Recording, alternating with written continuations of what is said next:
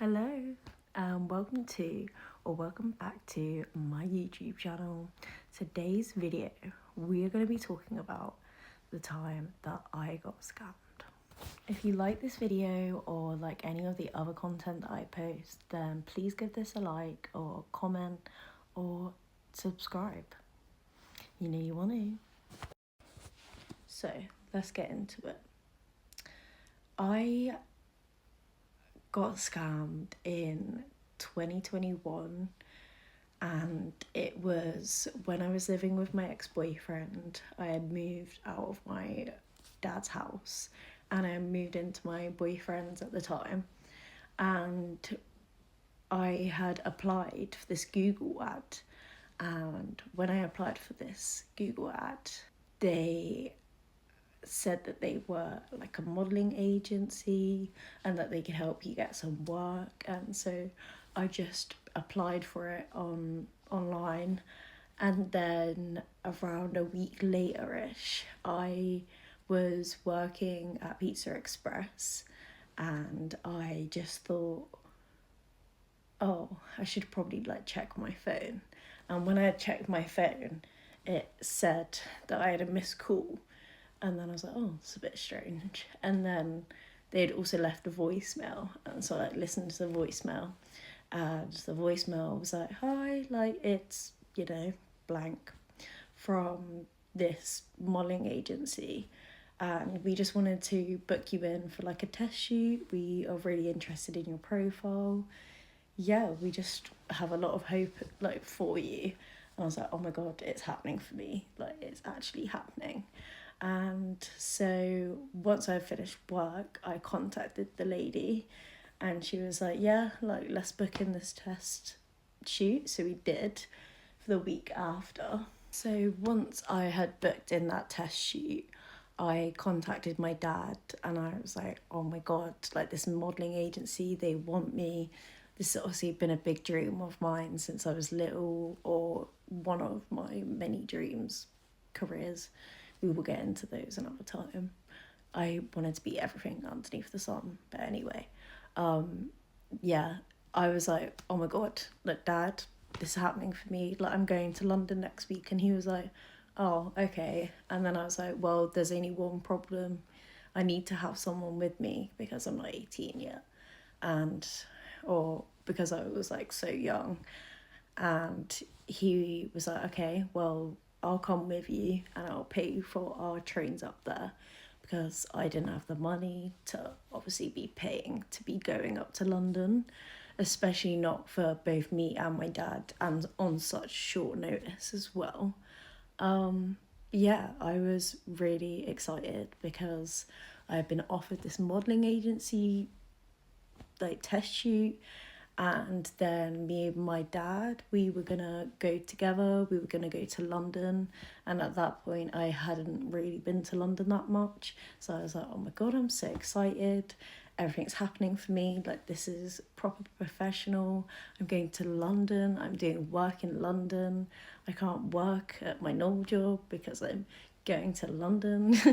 And I was like, oh my God, like I'm so excited. And eventually, when it came to the actual day when we were traveling up to London, it was just the usual excitement. Me and my dad were just like, we wonder what it's gonna be like, we wonder how we're gonna get there, but we thought we'd figure that out when we get there. And when we actually got to where the place is, it was kind of in like this underground studio, and that isn't necessarily dodgy because they might not have a lot of money. That's probably why. And I don't know. I'm just making excuses, but we didn't really think anything of it at the time. And we thought, okay, well, we are gonna go down here and we're gonna see what this is all about, see what I can get out of this. So we walk down the stairs. When we get down to the stairs, there's a little reception area, and this lady speaks to us, and she's like, greeting us and just like talking us through the day, what the kind of plan is. Just saying that basically my dad can be here like whilst I start taking pictures, but eventually he doesn't really have to be there. He can kind of do his own thing, and then come back for a certain time. And so he was like, yeah, you know, like that's fine. Obviously, like I had to sign loads of forms and stuff. And then after all of those were signed, we were waiting for a little bit. And then they were like, okay, well, we are gonna go to get you ready for your first set of photos. And I was like, okay, this is exciting. Gonna go and get my hair, my makeup done professionally, and I'm gonna be styled either with my own clothes, which I had to bring. And they also had like a massive set of like places had a set of rails with clothes on it and like loads of bags, shoes and whatever. Yeah, we did my makeup, we did my hair, and when that was being done, it was like at this beautiful like dressing room, like proper like light up mirrors, the proper makeup, and you know, it was all looked professional, and it was just, you would never have believed what eventually happened. But yeah, it was all so professional. Obviously, I haven't seen what professional is, so to me it seemed very professional. But anyway, I then was told to like go and get dressed, and then I had like my first pictures, and those all went well because they were kind of like more like portrait ones.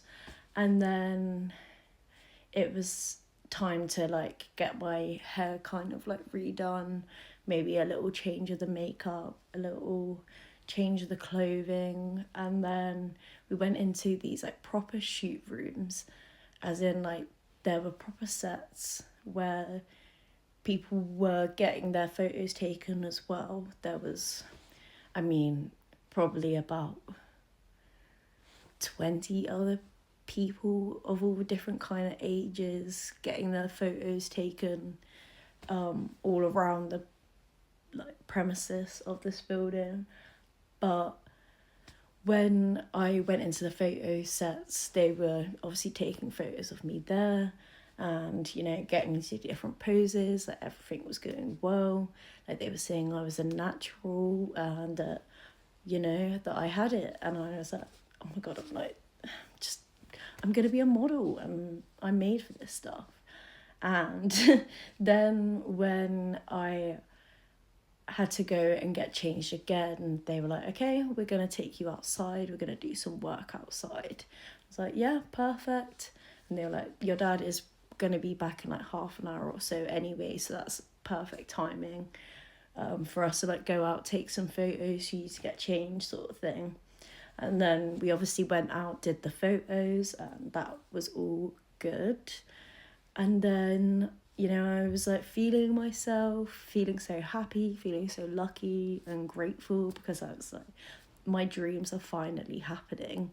And then when we had the meeting after my dad came back and I had got changed and everything, we had the meeting, and she was, you know, talking us through modelling, kind of how it works, what I did right. And so we looked at the photos that I had taken, and when we were going through them, we were just saying like what ones were the best, you know, what I could maybe work on. Then we were just kind of talking about what kind of industry I would like to go into, whether it's like commercial or, you know, high street, high fashion. You know, they were talking us through about how we would get to each stage, and, you know, what the build up of it all was. And it just seemed like they were so professional and knew what they were talking about, that I was just, I believed them, and so did my dad. But me and my dad, I think, do have a very good intuition, and I feel like we both did kind of have that deep down feeling that this isn't real, but we just kind of chose to ignore it in the moment because it was just such a big opportunity that it was just, we were like, okay. And then we just started talking about pricing, you know, how much it is for the portfolios, because obviously they had spent time taking those photos for me, even though I had spent time coming up for them. And, you know, I was meant to be the talent, but, you know, I had to pay them. I think that's kind of how it works in the fashion industry. I don't know, to be honest. And then after we had like talked through all of the different pricing, my dad chose the one that would be like the most worth the money, but also the cheapest one that was worth the money. And I think that one was around £250. And that would actually get me somewhere with the photos that I had and would actually help me become a model. And he said he didn't have the money on him, but he said he can go get it out. And so I stayed with this woman whilst my dad went and got out the money. But he said, oh, I only have 100, which is just like as a deposit. If you send me your details, you know, I can send you the rest when we get home. And they were like, yeah, no, that's obviously okay. We're just really happy and like excited to be working with Tia. So yeah, it's just really good. And then we both left feeling excited, wondering what's going to happen, wondering when I'm going to start. And obviously they said they'd be in contact of when jobs come through for me and just like little things like that. And then when I got on the train home, I was just like sat there so excited. I was like, oh my god, like I can't wait to tell everyone that I've finally done it and I've got myself a modelling agency and I'm finally doing something which I'm passionate about, which is, I don't know, apparently being self-obsessed. I wouldn't say that, but you know, slightly. I am a Leo, so slightly self-obsessed. But anyway, I was so excited, and then I just had this thought pop into my head, which was search online properly for this company, for the people on it, the people that work for it. I just had that feeling of, Tia, just keep searching, because I am not stupid. Not saying that people that fall for scams are stupid. I'm just saying I know that people get scammed that way. So I did search it up before and I thought it was the go ahead. It was legit and it had so many reviews and obviously so many different people working for the company, which I don't know if they're getting scammed. I'm guessing they're all in on it, but it's still this big company in London, which I think they are a different kind of studios now, but they're still a modelling agency. And I obviously just didn't think that it would have been a scam, obviously, until I had a proper good search and I was like searching up the numbers that they were calling from, like me calling me from. And when I searched up one of the numbers, it had said like, this is a scam modelling agency, and then it was just comment after comment after comment of, this is a scam, this is a scam. And I just thought, oh my god, I've just wasted mine and my dad's time and also my dad's money to come up here to get scammed.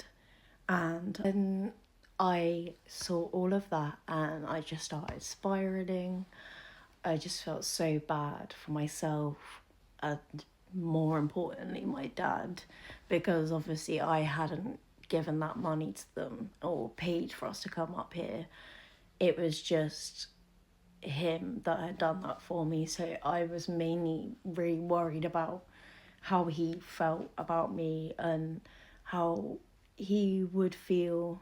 And when I told him, he was obviously very understanding and, just he believed in me and he thought that it was legit too.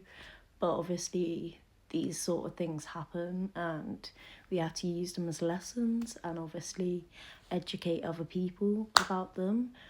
But, you know, it was not really the best experience. And when I finally got home and I had sat alone by myself for the first time, because I did cry a couple times on the way back, because it was just very devastating for me and it was just such a high. And then to get that news as soon as I had got on the train, like I hadn't even made it home, to then realise that it was a scam. Like, what, I just thought, why didn't I search more before? And that is definitely something I have learned and I encourage everyone else to do. If you're ever wanting to be doing anything nowadays, because scammers are rife. But yeah, I did not have a very good experience. And obviously, when I was by myself, I really blamed myself. Well, no, I was about to. No, it's obviously not my fault, but obviously, there was more I could have done. And I just felt really bad about that. And obviously, my dad losing money, because who would want their parent to lose money?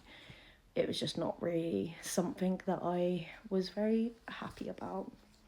But I thought I would share this story because obviously it is a crazy one, and I hope that eventually we can get some kind of laws on this sort of thing of, if you are an agency, then you need to have all of the proper, I don't know, we need to do something about this because scamming is horrific and it ruins lives and it has ruined my mental health a lot of times. And I'm sure it has ruined a lot of, well, I know that it has ruined a lot of people's lives. And I obviously know that what I got scammed or my dad got scammed is nothing in comparison to what some people have been scammed on, things like crypto and so many other websites. But I just wanted to share the story and, give back to my YouTube community. And I am having so much fun posting videos at the moment. So if you do like this video or have any ideas for me, because I would love to keep doing YouTube and start building something for myself. So if you have any tips or anything that you want to say, leave a little comment, send a little DM, let me know. But if you like this video, then obviously give it a like, maybe turn on the notification bell and subscribe and comment whatever you like. Comment any other videos you'd like me to do.